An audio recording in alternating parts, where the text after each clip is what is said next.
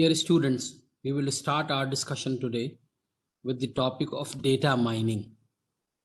Mining in the generic sense is digging out precious metals from the raw ore.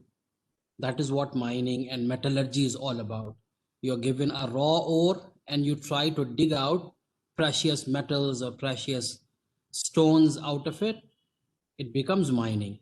Likewise, if we have a raw repository of data, huge data you are given with, and you have to find out precious information or patterns from that huge repository of data, raw data, that becomes data mining. Why are we studying data mining? Because we ultimately want to stretch it to web mining, because web after all is a huge repository of data. So we will be doing web mining ultimately, but before that, let us discuss what data mining is all about. So in the next slide, we will have a few definitions of data mining. Once again, why so many definitions? Why we are having different definitions of data mining? The simple reason is that when you are describing something which cannot be encompassed in a boundary, you need to describe it in several ways. If you remember that old story in which a few people who were blindfolded, they were asked to describe an elephant by having a feel of it. So the person who could lay his hands onto the trunk of the elephant, he said that it is like a python. The one who could touch the ears of the elephant, he said it's like a big hand fan.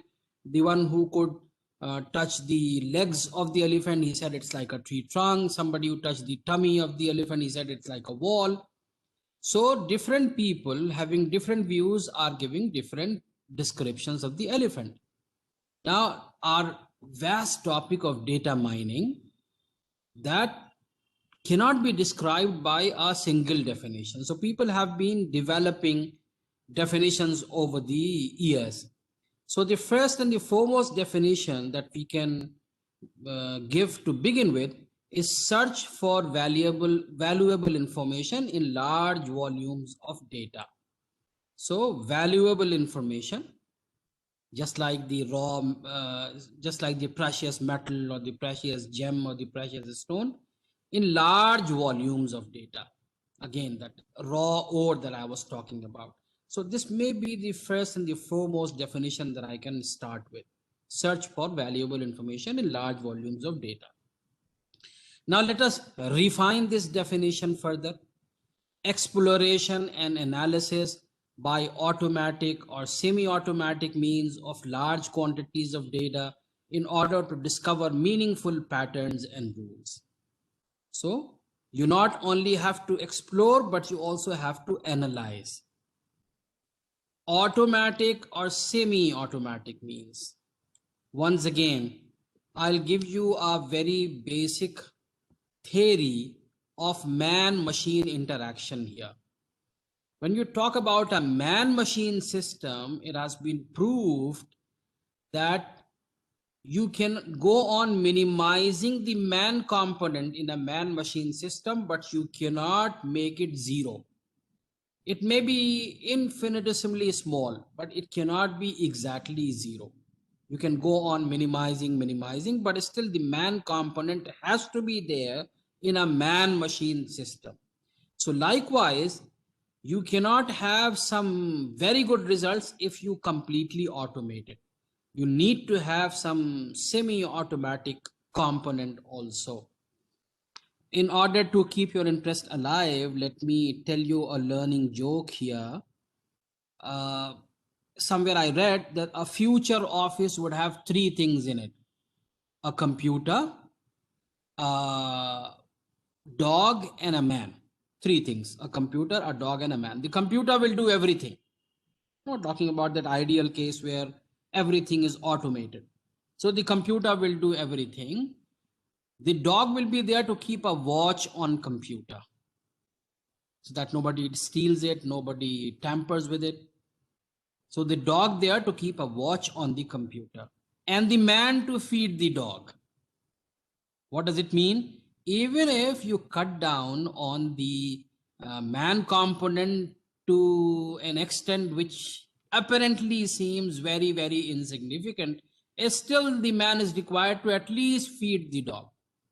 So, this is more of a joke, but it gives us a lesson that you cannot completely, uh, exclude the man component from a man machine system. So that is why this semi-automatic means is very important of large quantities of data. So see, large is again a common word here, a large and a large. That again is a common term. Why? Because if the quantity of data is a small, it's not at all challenging to dig out precious gems or precious information out of it. So it has to be huge data, large quantities of data in order to discover meaningful patterns and rules. So these are the precious metals and rules, precious metals and stones and gems, meaningful patterns and rules. They should make something which is useful. Again, in order to emphasize the importance of data mining, let me tell you a real story in which people were doing a data mining job on a huge departmental store. In the subsequent slides, we will learn what is association rule mining, but let me give you a brief glimpse. Association rule means what all items have been bought together, what all items go together. You must have experienced that when you go to a bookstore. I don't know how many of you go to a bookstore anymore, but if you go to a bookstore and you pick up a book and start browsing through it, a good bookstore owner will immediately approach you and will say, "Sir, look at this book also." So by looking at the book that you have been browsing through, he'll immediately give you a suggestion. Or more so, you must have seen when you do an online purchase on any of the online portals like Amazon or Flipkart, what happens immediately thereafter? They say that people who bought this bought this also. So that is association rule mining. So the story that I was trying to tell you it goes like this. When people, they did association rule mining on a departmental store, they came across a very surprising pattern. For whatever reason, but this is the real story, that is why I'm sharing. They saw that people who were buying baby products like diapers, milk, they were, for some damn and strange reason, were buying beer also. Now look at this. Nobody had even imagined that beer, which is the adult product, would be bought along with the baby product, something which cannot be explained in a very logical way, but still it was happening.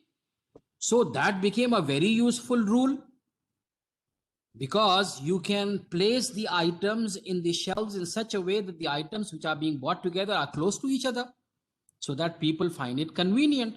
People find it very easy to go through and find out what all things are there. And in some cases, the store grows to such a huge level that they have to partition the store. So at the time of partitioning, if you are placing the items which are being bought together into different geographical locations, it becomes very difficult.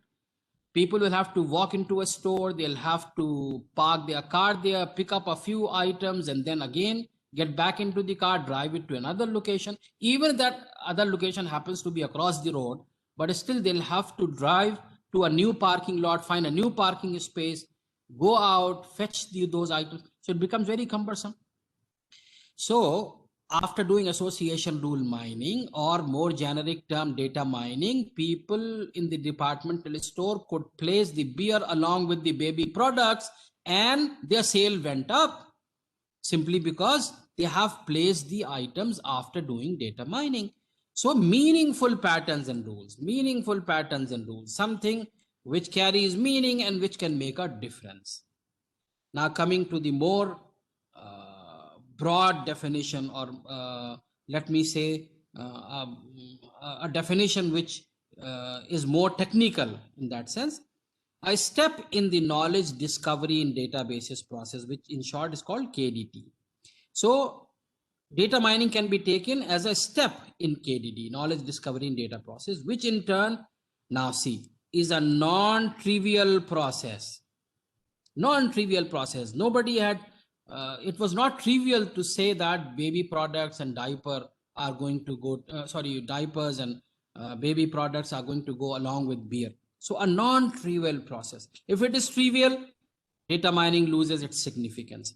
So it has to be a non-trivial process of identifying valid, novel, potentially useful, and ultimately understandable patterns in data. If you found out such patterns which are not ultimately understandable, you're not able to decode that pattern, then also it is useless. And it should be useful, just as it became useful to place the baby products and the beer together. It has to be useful also. Otherwise, जिसको कहते हैं ना, खुदा पहाड़ निकला चूहा, आपने इतनी मेहनत भी की, but still you ended up getting something which is not ultimately useful. And they have to be valid patterns. The validity of the pattern has to be intact, and they have to be novel. It is very novel to say that baby products and beer are being bought together. It is very novel. Nobody can even think about it in the wildest of the imaginations. So these are some of the definitions. I don't say that this last one is the last word or the last definition. Somebody may come up with a better definition. So a step in the KDD process, which in turn is a non-trivial process of identifying valid, novel, potentially useful, and ultimately understandable patterns in data, right? So this is the broad definition of data mining. Any task which satisfies these definitions may be taken as a data mining task. There are a few data mining tasks that people have come up with, but anything and everything that has to do with the definition that we have listed here can be taken as a data mining task. Some of the data mining tasks, if I can tell you, is classification and clustering. Classification and clustering are data mining tasks. There is a subtle difference between classification and clustering. Try to understand the difference.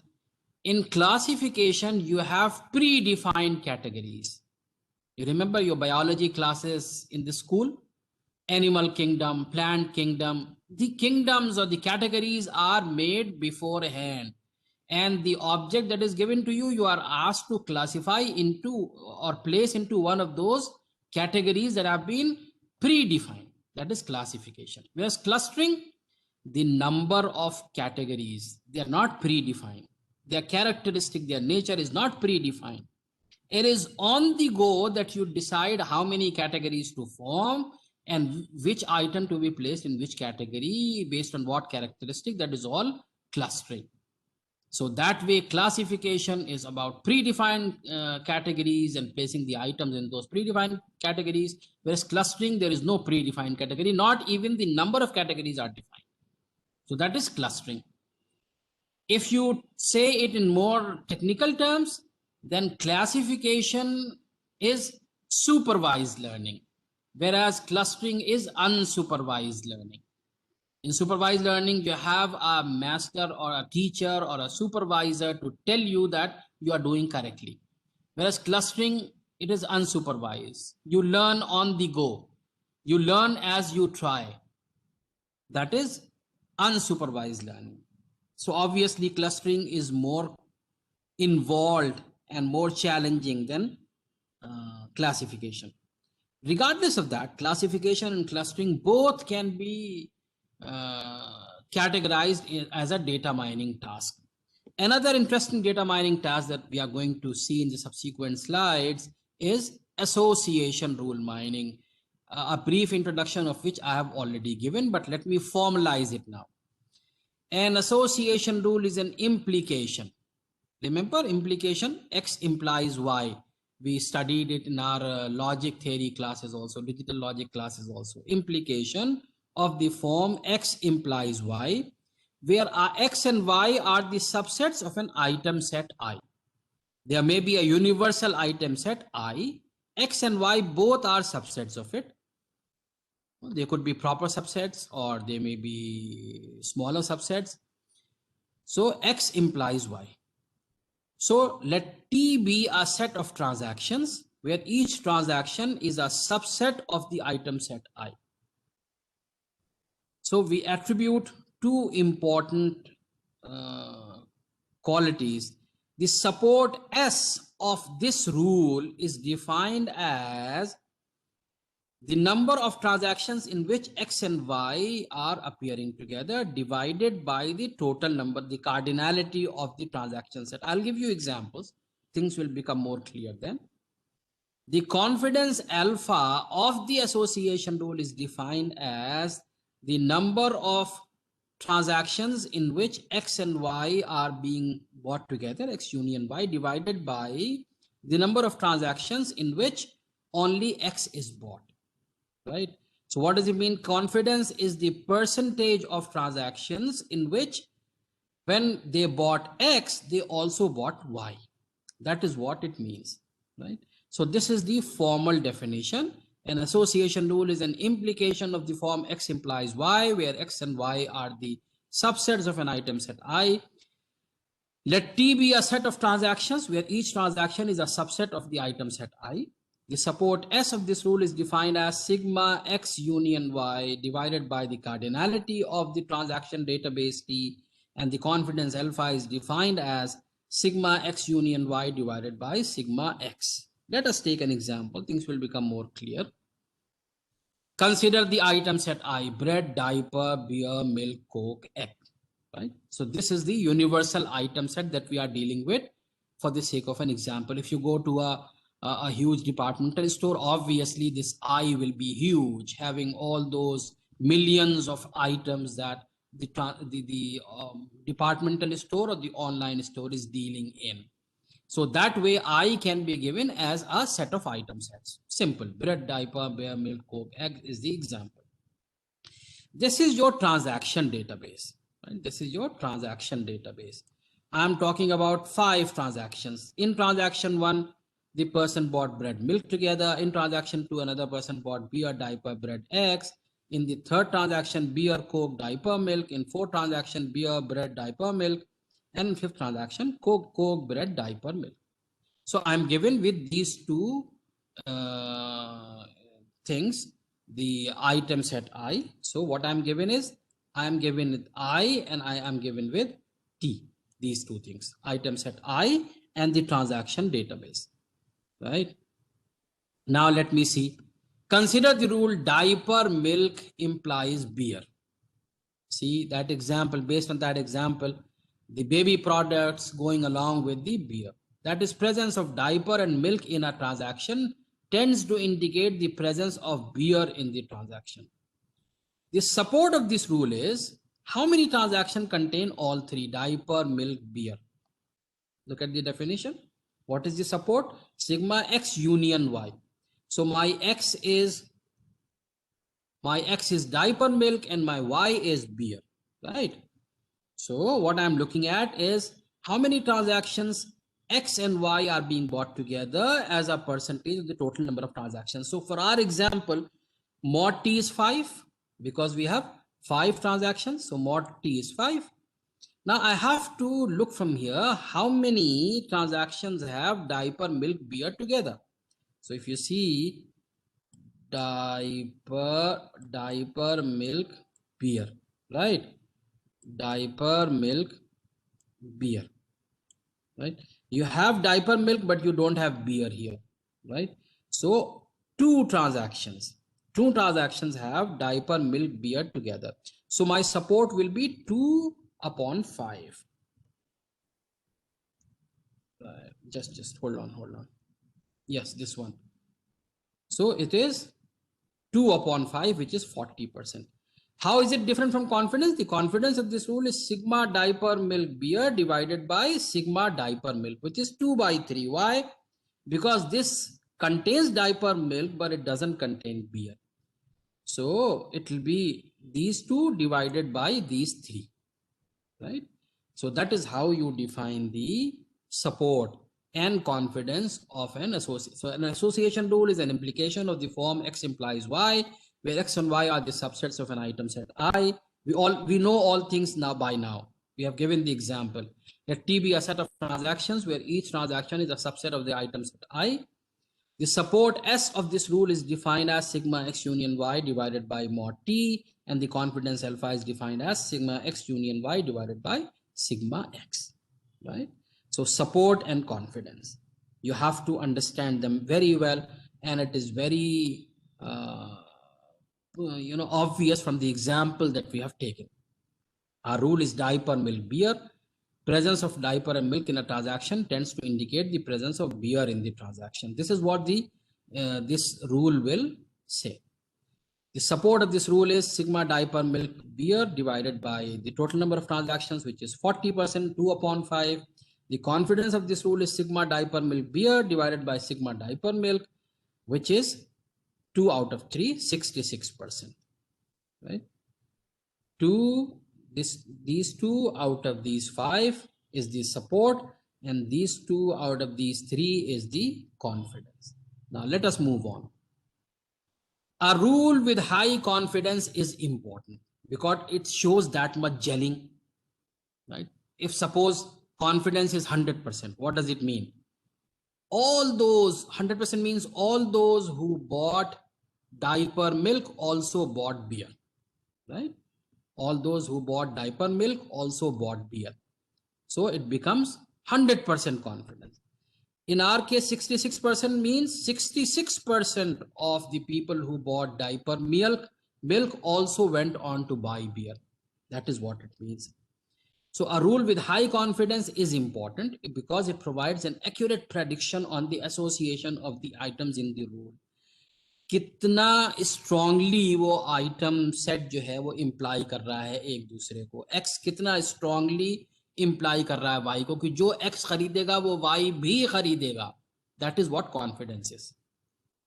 The support of a rule indicates how frequent the rule is in the transactions. Total जो आपके पास transaction database है उसमें support बताएगा कि कितनी उसकी importance है. Rules that are very small support are often uninteresting. मान लीजिए कॉन्फिडेंस तो 100% है, जैसे जिन जिन लोगों ने डायपर मिल्क खरीदा उन्होंने बियर भी खरीदा, लेकिन टोटल ट्रांजैक्शन में से ऐसे इंस्टेंस जो है बहुत कम है. मान लीजिए ट्रांजैक्शन डेटाबेस है 1000 ट्रांजैक्शन है, 1000 ट्रांजैक्शन, लेकिन उसमें से सिर्फ 5 ऐसे हैं जिनमें डायपर मिल्क बियर एक साथ जा रहा है, तो और वही 5 हैं जिनमें डायपर मिल्क बियर साथ जा रहा है, कोई और ऐसा नहीं जिसमें डायपर मिल्क के साथ बियर ना जा रहा हो. तो कॉन्फिडेंस तो 100% हो गया, लेकिन सपोर्ट बहुत कम हुई. Support is 5 upon 1000 which is very low, right? So rules that are very small support are often uninteresting since they do not describe significantly large populations. So despite the fact that the confidence is high, still a rule may be uninteresting because it doesn't have significantly large populations. यही वजह है कि अब हम जब association rule mining देखेंगे तो हम सपोर्ट को एज अ थ्रेशोल्ड लेंगे. देखिए नेक्स्ट स्लाइड कहेगी प्रॉब्लम डेफिनेशन. प्रॉब्लम का है कि एसोसिएशन रूल माइनिंग की find all rules from a given transaction database such that S is greater than or equal to a given minimum support threshold and alpha is greater than or equal to a given minimum confidence threshold. कायदे से तो ये होना चाहिए कि दोनों के thresholds हों. सपोर्ट का भी थ्रेशोल्ड बताया कि साहब मुझे ऐसे रूल्स चाहिए जो कम से कम 40% इंटरेस्टिंग हो या 50% हो या 60% हो या जो भी आप रखना चाहिए, और आप कॉन्फिडेंस थ्रेशोल्ड भी बता दीजिए कि भाई कॉन्फिडेंस थ्रेशोल्ड ये होना चाहिए. ठीक. The first step is to discover all the frequent item sets, which is more expensive. The second step is to generate association rules from these frequent item sets. So सबसे पहले तो हम set निकालेंगे. हम कहेंगे डायपर मिल्क बियर. इम्प्लीकेशन बात की बात है, पहले तो हम वो सेट निकालेंगे. अच्छा, अब ये दोनों चीजें एक साथ करना बड़ा मुश्किल होता है कि साहब एस का भी थ्रेशोल्ड सेटिस्फाई हो रहा हो, अल्फा का भी हो रहा हो. तो हम क्या करते हैं, हम इसको छोड़ देते हैं, फिलहाल इसको छोड़ देते हैं, इस एंड पार्ट को छोड़ देते हैं, हम सिर्फ ये कहेंगे from a given transaction database find all rules such that S is greater than और equal to a given minimum support threshold. इतना करते हैं हम, देखते हैं कैसे होगा ये।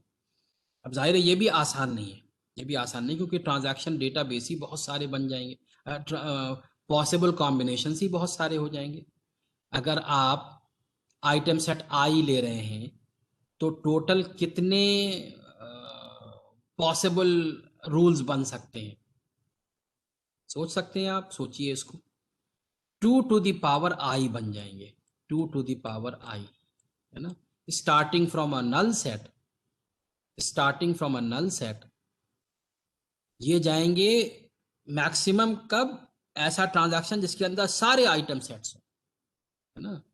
तो इट विल गो फ्रॉम, मान लीजिए आइटम्स हैं आपके पास 5 आइटम हैं, तो स्टार्टिंग फ्रॉम 0 0 0 0, ठीक है, item 1 item 2 item 3 item 4 item 5 to 0 0 0 0 1, फिर 0 0 0 1 0 0 0 1 1 1 1 से एसोसिएशन बनना शुरू हुआ, आइटम 4 इंप्लाइज आइटम 5, ऐसे होते होते आखिरी आएगा 1 1 1 1, presence of an item in a transaction. ठीक है, ये क्या ट्रांजैक्शंस हैं, तो total number of transactions, total possible transactions हो जाएंगे 2 टू द पावर आई, और इसका मतलब ये हुआ कि इतने पॉसिबल इंप्लीकेशंस हो सकते हैं 2 टू द पावर आई, है ना। अब 2 to the power I calculate करना, तो जब 2 टू द पावर आई हो गया तो एनपी हार्ड हो गई प्रॉब्लम, तो आसान नहीं है। इसलिए आप एक मिनिमम सपोर्ट थ्रेशोल्ड रखते हैं कि साहब इस सपोर्ट थ्रेशोल्ड से, ऐसा नहीं करेंगे आपकी सारों का काउंट करें और फिर उसके बाद कहें ये सपोर्ट थ्रेशोल्ड से ऊपर है, ऐसा करना is NP hard for the simple reason I have given. मैं यहां पर आपको एक छोटी सी प्रॉब्लम देता हूं।